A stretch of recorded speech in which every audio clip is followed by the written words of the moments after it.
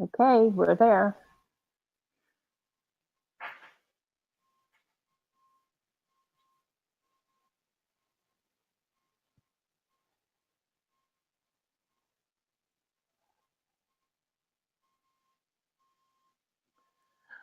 All right, welcome everybody. My name is Dennis. I work with Maria, and I'd like to start off and give everybody a nice big welcome to this webinar. My job here is just to present the amazing, excellent, incredible, and super Maria Pessin. And that's about all I've got to say. But anyway. Thank you all for being here. Can you just if you're make sure you can hear.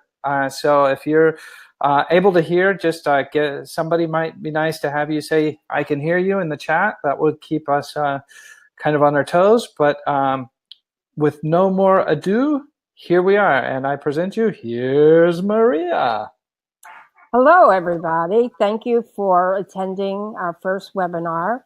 And thank you, Dennis, for calling me such great names. I really appreciate it. I have to pay him afterwards to keep saying that. But anyway, welcome to our webinar. Just to tell you a little bit about me before we get started, I have been in the fashion industry for a very long time. I shudder to say 40 years, but it has been that long. And I've learned a lot in the time that I've been in the industry. I started at the very bottom as a clerical and worked my way up to president of companies. I've launched 2 major brands, both from zero, and built them to multi-million-dollar businesses, very profitable multi-million-dollar businesses. And then after that, I decided to start my own business as a consultant about 4 years ago. I started this business, Vibe Consulting. And basically, what I do is I work with people who want to be in the business or people who are small business or medium business owners who need to get to the next level.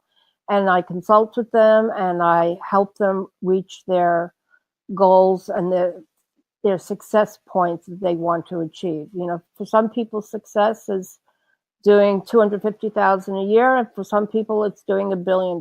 And I work with all types of people and all types of categories, everything from bridal to shoes to apparel, to coats, or men's, women's, children's. So I have a very wide repertoire. Don't do beauty though, that I don't do. So that tells you about me and who I am. So let's go and talk about the 7 truths fashion entrepreneurs learn the hard way. And hopefully by learning this with me now, you won't have to learn it the hard way. You could learn it the easy way and know what to expect. One of the things, the number one truth, is it takes a lot of hard work and perseverance. And when I say hard work, I don't necessarily mean you have to work 150 hours a week.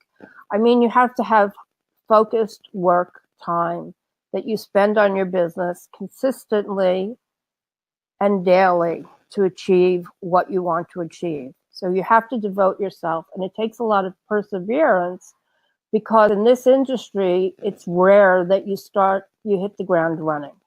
You have to make it through the lows to get to the highs. And trust me, in the beginning, it's lows. Very rarely have I seen a brand that goes out of the gate as a success.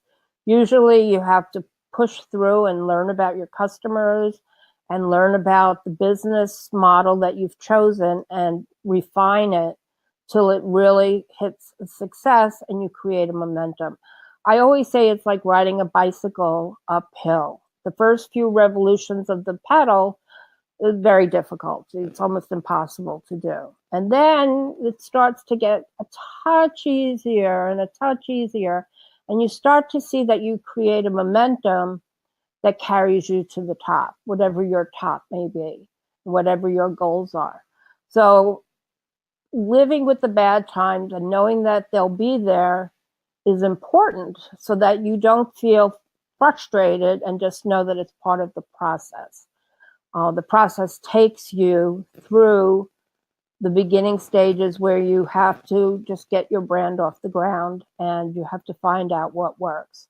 So even though when you first go out of the gate, you may not have big success, you may not have any success. And you have to learn from the mistakes that you make and refine it. I'll give you an example. When I was running Jessica Simpson, when I first started the brand, what I did is I decided to do a soft launch 6 months earlier than we were originally planning. So what we did is we created a small line of styles that were a little bit higher in price than we should have been. You know, they saw it as a high-end product, and our coats were in cashmere blends, and they were $300-400. And we got tests in some great stores. Obviously, Jessica Simpson was a good name. It was still starting out at the time, but it was a good name. So I got into some key doors of Macy's, Dillard's, Nordstrom's, and it was not terribly successful. And what I learned from that is that our prices were too high, that the customer who really liked Jessica Simpson wanted to pay half the price and wanted to be more at $150. So I fought tooth and nail with everybody from Jessica Simpson to my boss to my designer to get them to agree that we needed to reduce the prices and change our fabrics, and they did. And then our business took off, and it was very successful. And we just grew every year after that.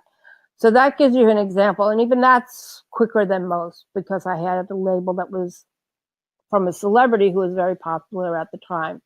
Maybe if we came out now, it wouldn't have been so successful, because now she's really off the scene. She doesn't do much in the way of any kind of singing or acting or anything. She's a full-time mom, pretty much. So that is our truth number one. If anyone has any questions about what we talk about, you can type in the message area your questions.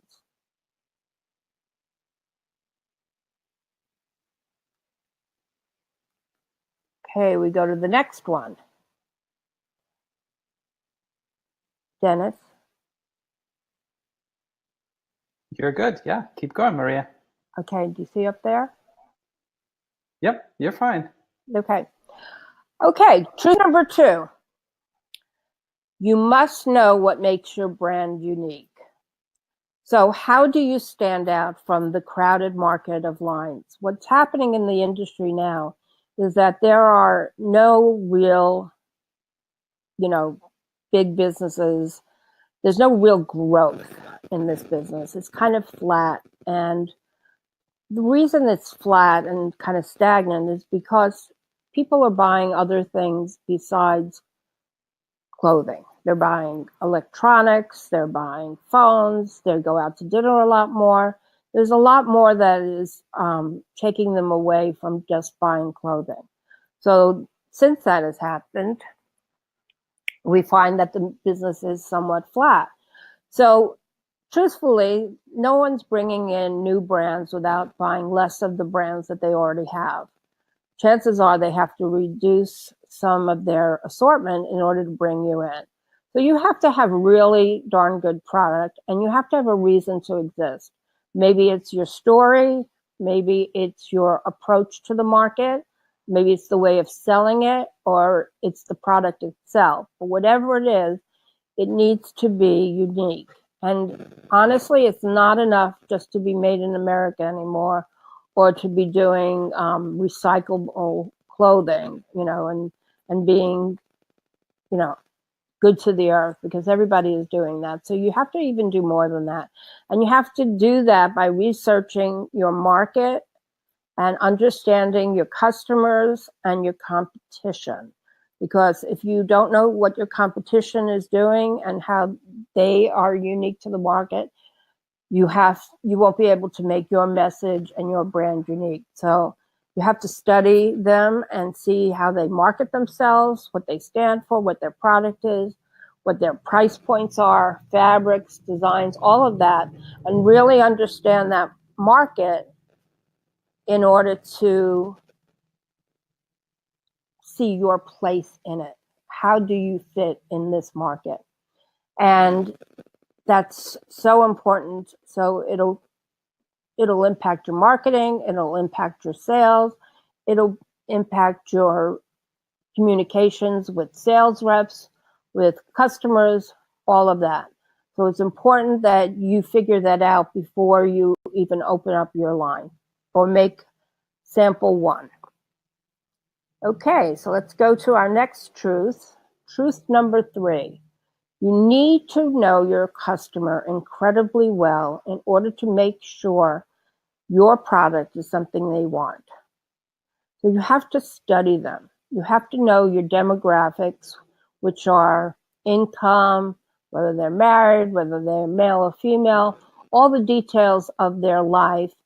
And then the psychographics, the psychology and lifestyle of your customer, to know how they would think when they are going to buy, what they would look for, how they want to spend their money, and how to get them to click the dial and make the sale. You have to know all of those things that lead them to converting into a customer of yours. So the way to study them is, of course, to go and look at your competitors and see what their demographics and psychographics are. And you can find that out on Facebook and look at Audience Insights to tell you that. There's also another site called Alexa.com that you can look up the demographics for your customer base. And that's actually a division of Amazon. So we know that it's probably a really well done site. I use it a lot over the years. So that's another place where you can find that out. But there's also other ways that you can do it. You can do focus groups where you bring people into a room and you show them product, you ask them questions, and you learn how they think and how they like to buy and what they like to buy and what they're looking for. You can do surveys of people in different groups. You can form a group in advance of opening up your line and you can survey them. Another important thing to do, I find, is to go into the stores and talk to the salespeople and find a store that's appropriate for your product and go into those stores and ask them about the customer, who their customer is, how do they live, what do they look for when they're buying, what is their lifestyle, how do they think. Research before you start your business is so important. I once did a business plan with a gentleman who was very knowledgeable about business. He had launched other businesses before, but he wanted to do a fashion business. And we did a business plan together and he studied the market so completely. He actually decided not to do the brand because he found that there was no need for it. And he had another business opportunity that seemed to be more appropriate to profitability. And so he went with that. So all of the research, while it didn't lead to a business, led to him saving a lot of money to make sure that the product was something that he would get traction with, that it was something different, that there was something that his customer would want. And he learned through his research that it wasn't something that the customer wanted, but that was good information. Hopefully you'll find that when you do your research that there is a customer base that's significant for your product and you will understand it well enough that you can then go and do the work of creating a line, creating the marketing behind the line, figuring out your distribution channels, whether you're going to be just online or also sell wholesale or have retail stores. It teaches you an incredible amount of information so that you have better chance of being successful. So if you have any questions, as I said before, just type it into the message box and I will answer it. So let's go to truth number 4. It is unusual to be a home run off the bat. Building sales is an upward battle till you finally reach momentum. And this is kind of a repeat of tip 1, where I talk about how it's hard to get a business off the ground from the beginning. It takes a while for you to reach a place that you build momentum from. You have to do a lot of marketing to create brand identity and brand awareness. You have to do a lot of effort in order to create sales or to hire sales reps. Many small companies follow the route of taking on sales reps, but sales reps don't usually want to go with new lines. So it takes a lot of work to get them interested and to get them to represent you. And it takes them a while of showing the line, sometimes several times before they actually get an order. And it'll take you several times perhaps before you get an order. Same thing with online sales. It takes a while for you to build a momentum online because there's just so much noise online that you have to kind of part the sea to get your message across to the market that you want to be in. So don't be discouraged when it's not automatically successful and it's not $1 million business in the first year. It takes time. Okay, now we go to our next truth. Truth number 5. Money and cash flow is one of the single biggest worries that keep owners up at night. So make sure you are financially prepared. Now, you hear the stories all the time. Oh, I started with $3,000 and I built $1 billion business. It's hard to do it that way, I will tell you. And especially in this day and age, you really need to have at least some money. Maybe not $3,000, maybe not $100,000, maybe it could be somewhere in the middle, but you need to have something that gets you to not skimp on the important things that you need to do to make your business go.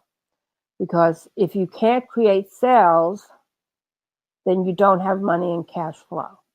And if you can't have cash flow, then you can't do the things to create sales. So it's kind of like a hand-in-hand thing. One thing follows the other. And you have to have the money to start. You have to do the right things to keep cash flow in. As a person who ran coat lines, we were a very seasonal business. And we really sold most of our coats, we retailed them, I should say, in the months of August through December. And then after that, it was mostly off price. So all of our money was spent, and then all of our product went out, and then all of the money came in.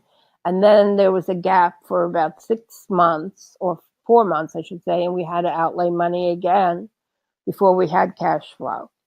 So it was a very hard business model. So cash flow is something you need to take into account when you run your business, so that you have product going out and there's a flow over the months, I should say, and that there's money coming in and out to match up to what you have in the bank. So you have to flow it properly. You don't want to create a business that's so seasonal, like I did with the coat business, that you don't have other things that you sell in the other months. That's why coat brands, a lot of them do swimwear in the spring in order to offset the slow months of a coat business. So keep in mind, cash flow is really important, and money, and being fiscally responsible about your money. A lot of people are going to come up to you and say, oh, you should do this trade show, or, oh, you should do this seminar, or, oh, you should do this pop-up store. And there'll be a lot of people that want to help you spend your money, a lot of people that you will come across. In order to make sure that you are keeping your money somewhat tight-fisted, you have to be careful what you choose to do. I say it's the bright, shiny penny syndrome, where people, they see something and, oh, it looks exciting, and this could be the thing that makes my business, and you run there and do it. And then somebody else shows you something and you run there and do it. And then you end up spending all your money on all these ideas without having a result from the money you spent. I had a client who had an evening wear line, and she used to do these very expensive fashion shows in Great Britain. It cost her like $30,000 to do a show.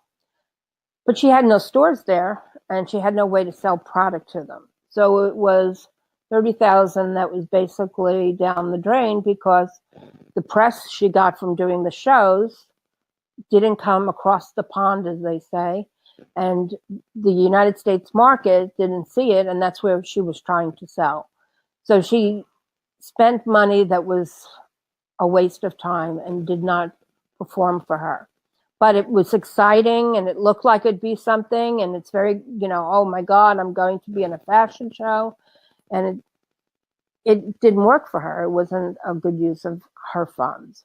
Another time, and I have many clients in the past who have done shows, and they do one, and it's not successful because they didn't prepare for it, and they didn't have good follow through.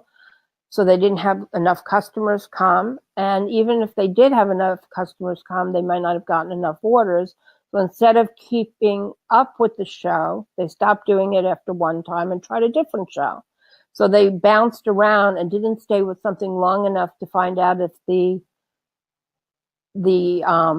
strategy would work or not work, or they didn't research it enough in the forefront to make sure that it would be successful and would be a good show for them. So you have to be careful about how you spend your money and be very fiscally responsible, because you need to husband your resources carefully and have them, every dollar, work for you and work hard for you.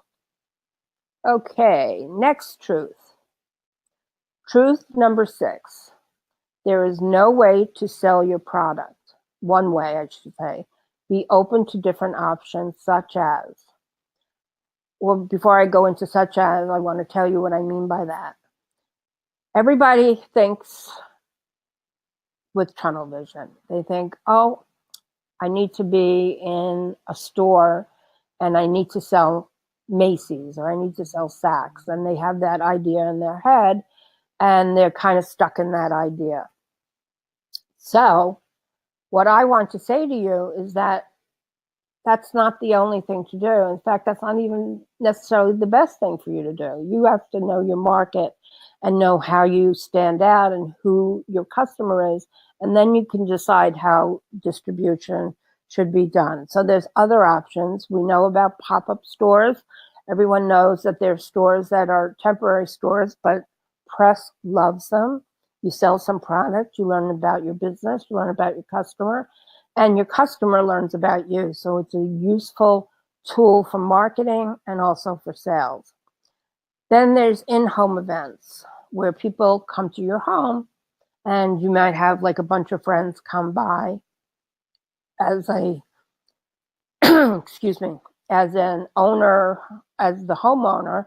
You might have your friends come by, and you can show this homeowner's friends your products, and they can place orders, or they can buy from the rack that you bring. So in-home events is another way to go. Network marketing. Network marketing, for those of you who don't know, it is another word for it is multi-level marketing. Now, multi-level marketing kind of has a bad rap. People think of it as a pyramid scheme, but it really, when done well and done in an ethical way, is a great way to build business. There's a lot of personalization in the fashion business right now. People want to be catered to. They love the idea of people coming to their house and presenting a line and taking personalized orders. So when you build a cycle of customers, a group of customers, then you can also build in salespeople that sell for you. You could start to have people who sell your product exclusively to their personal audience. And then from their personal audience, they might hire people to work for them selling your product. So that's why it's called multi-level marketing. And then each level of customer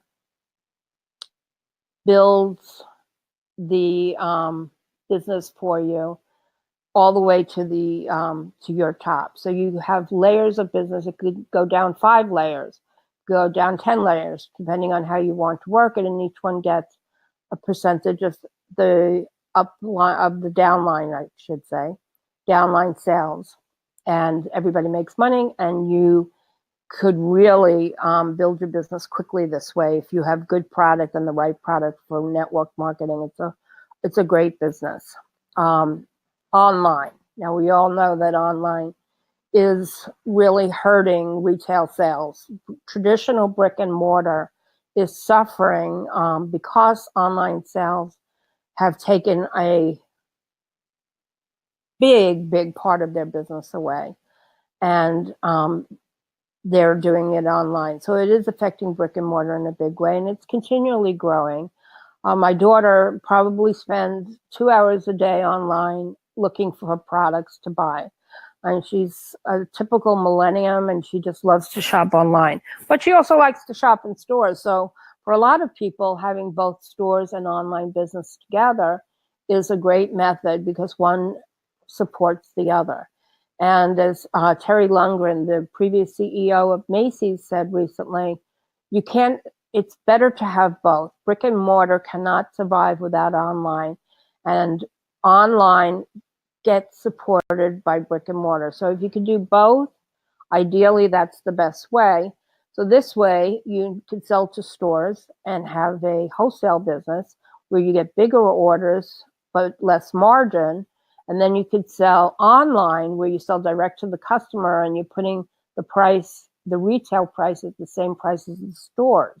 And then you get serious margin, really big margin there. And together it raises your margins, raises your business and the awareness. And having more than one silo builds brand awareness. So it's helpful to have that. You could do trunk shows. Trunk shows are where you go to stores and bring product and show the product to the customers of the store, and you take what's called a special order. Orders from the customers that they put a deposit on, and then you go back and you make it, and then you ship it to them. So they preview collections that way, and this way you don't have to make too much in advance. You can know what the orders are, so you can cut to order and not have inventory holding up your money. Okay, so coming to truth number 7. Despite all the issues that arise along the way, when your business becomes successful, it can be the most rewarding and fun business on earth. I remember when I was vice president of Sienna Studio, and I had recently been promoted to vice president. I was sales manager before that. And I was thinking, oh my God, I have the best job in the world. I get to be creative. I get to interact with people. I get to see beautiful things. Fashion to me and fashion businesses is my art. And I love every part of it. I mean, when it's successful, not only can you make a lot of money, but it becomes very fulfilling and it's so much fun. I can't think of anything else that I would rather do because I've always loved what I do and I've always enjoyed it. And even though the frustration happens and problems arise, as in all businesses, I once had a container on a boat full of my merchandise and it fell off the boat into the ocean. It only happened to me once, but I'll never forget that. And I lost a lot of product that was sold. So, there's frustration in this business. And when you start it, the frustrations, if you're prepared and know that they're going to be there and say, well, this is part of the process, then you won't be frustrated. If you know that people are going to say no to you a lot in the beginning, you won't feel rejected and not take it personally. If you know that that's part of the process. And once you know that, and then you just keep plugging away until you become a successful brand.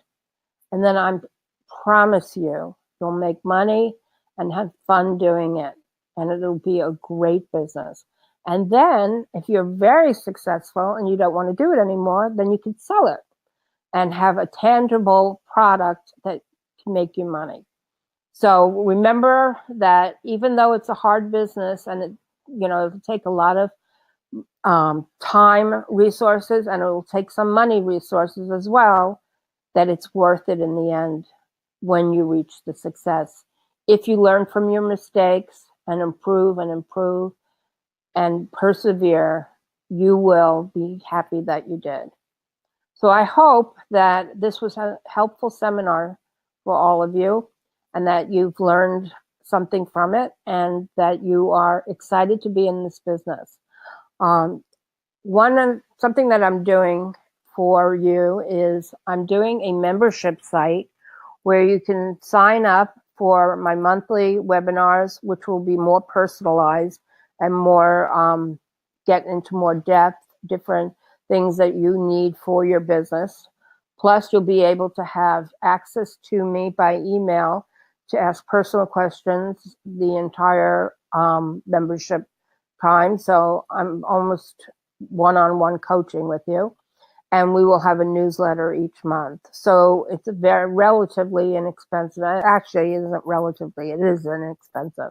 It's normally $97, but we're offering it at $47 a month right now. And if you click on the link below, you will see how to get to it. And you'll take a look and kind of look around and learn more about the coaching membership site and learn more about me. And I look forward to hearing from you. So thank you very much and have a great day.